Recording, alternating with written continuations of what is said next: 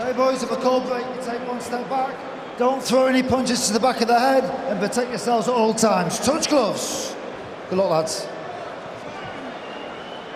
Razvan Cojanu, as you see, when they went eye to eye, is huge.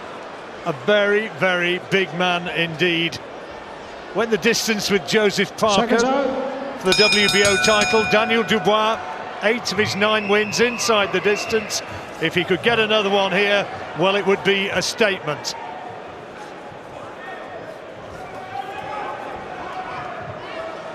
Kevin Johnson took him the distance. Threw a heck of a lot of punches in that fight, Dubois, but couldn't get Johnson away. And Johnson said to me afterwards, which I think he was embellishing the truth a little bit, but he said he doesn't punch as hard as people say. See, I think he's heavy-handed more. I think he's saying as well, guy who can punch just a little bit low there with the left hook to the body there, Dubois. Because he pushes his punches just a little bit. I think he needs a little bit more rotation in the hips, in that core, just get a little bit more snap in the shots. Dubois with the heavy shots, and I think every shot hurts, and you can see him beating a lot of people up. Cojanu has been knocked out quickly, principally by Luis Ortiz. Good start, nice bright start here from Dubois. A bit of variety in his work as well, moving on to the body. One thing I'd say about Cojanu, he looks in a lot better shape than he did when he fought Nathan Gorman. He's been training over in Monaco and has lost, I think he's something like 9 pounds lighter than when he fought in the last fight. Well, what Cojanu showed against Gorman is he has plenty of ability, he just lacks a little bit of motivation. he's a little bit negative, too negative at times, but when he does decide to fire back, he can land with some good shots. He can make you think. Dubois trying to go to work in that corner, in Dubois' own corner. Little variety with the jab now, Dubois. Jab up, then jab to the midriff, then throw that right hand over the top. Just a Cojanu just to lower the left hand.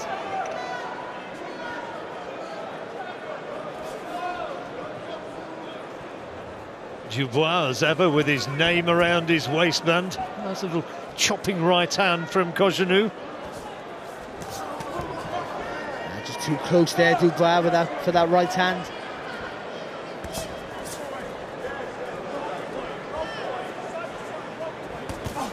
Shot.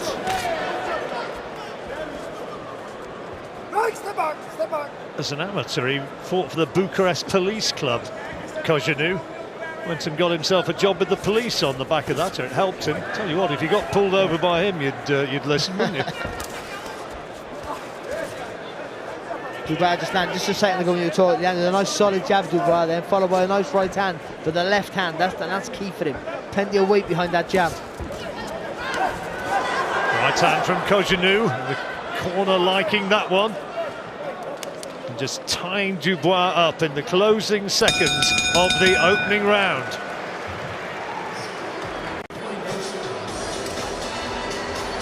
Here at the Royal Albert Hall, Martin Bowers said of Daniel Dubois, "I'm happy with that first round, that's a good shot." Well, you can see why, look at that, the technique's good there from Dubois, nice solid left hand, followed with that right hand on the top. 10 seconds.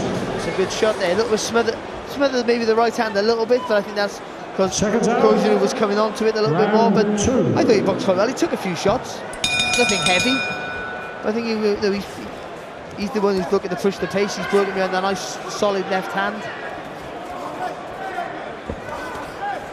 Fight against Nathan Gorman, provided he keeps on winning, is very much a likelihood, probably before the end of the year, according to Frank Warren, the promoter.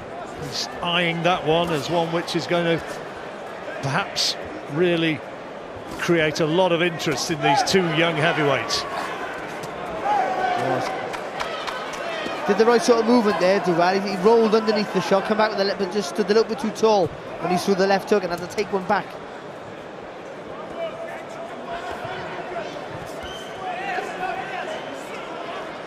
This is the left hand from Dubois coming out of that clinch. Cojanu stands 6'7½".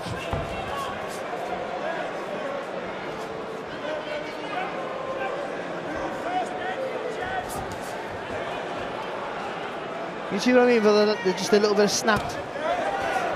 If you just rotate it from the hips a bit more, a little bit more speed, acceleration in the punches, you'd make a bit. I think with so much more impact.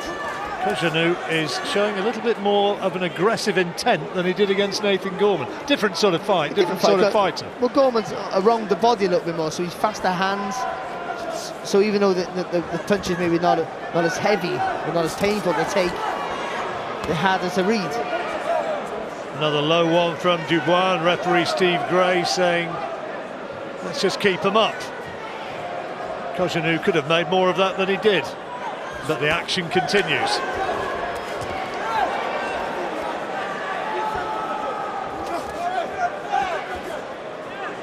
Unlucky there from Dubois. The right idea, throwing that uppercut. Nice little chopping right hand there from Dubois. Cojanu trying to narrow the gap, not to give Dubois too much space to detonate those big punches.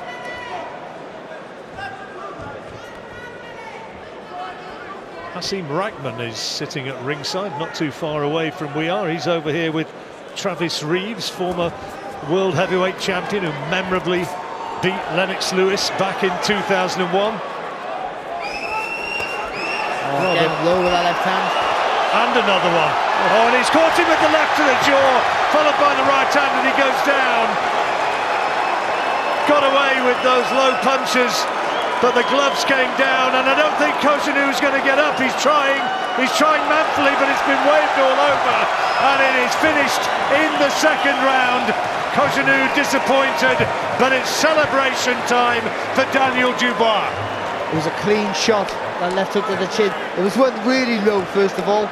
Then he threw a left hook to the body, he went ahead, he went back down to the body. That was just on the waistline, I think, on the band there from Dubois then, but that left hook to finish it off was a sweet shot, really. I think it just caught Cojanu as he was turning himself maybe to throw a shot, and that was it, then he was gone. And you know when they're gone, when that back leg dips, they almost snap their ankles, they fall back. Just a hint though, Barry, that it was a low punch which brought the guard down. I don't know, but it may well have been.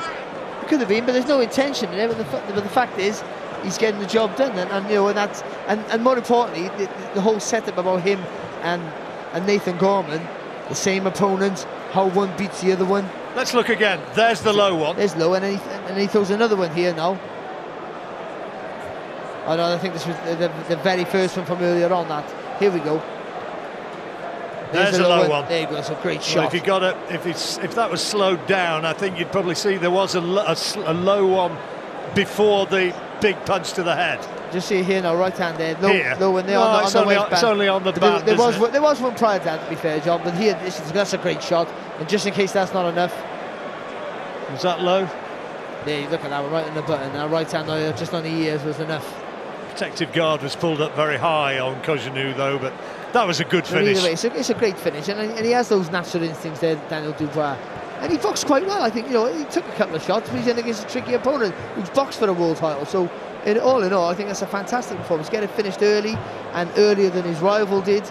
No, I think that makes a statement. And he wanted to send out a message, didn't he? I mean, he said this week, I'm not too far behind the big guys. I'm not too far behind Tyson Fury, Deontay Wilder and Anthony Joshua. I am ready in not too long. He's got another 4 or 5 learning fights maybe, but that was good. That's his ambition, but if you control his kid, you want to hold him back.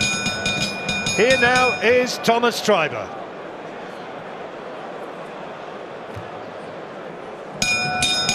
Ladies and gentlemen, here is the official time. 2 minutes 48 seconds of round number 2.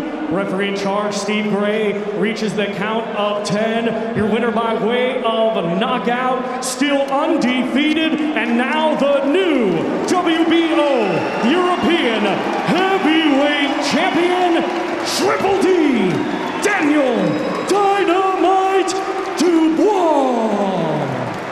Well, he did what was needed.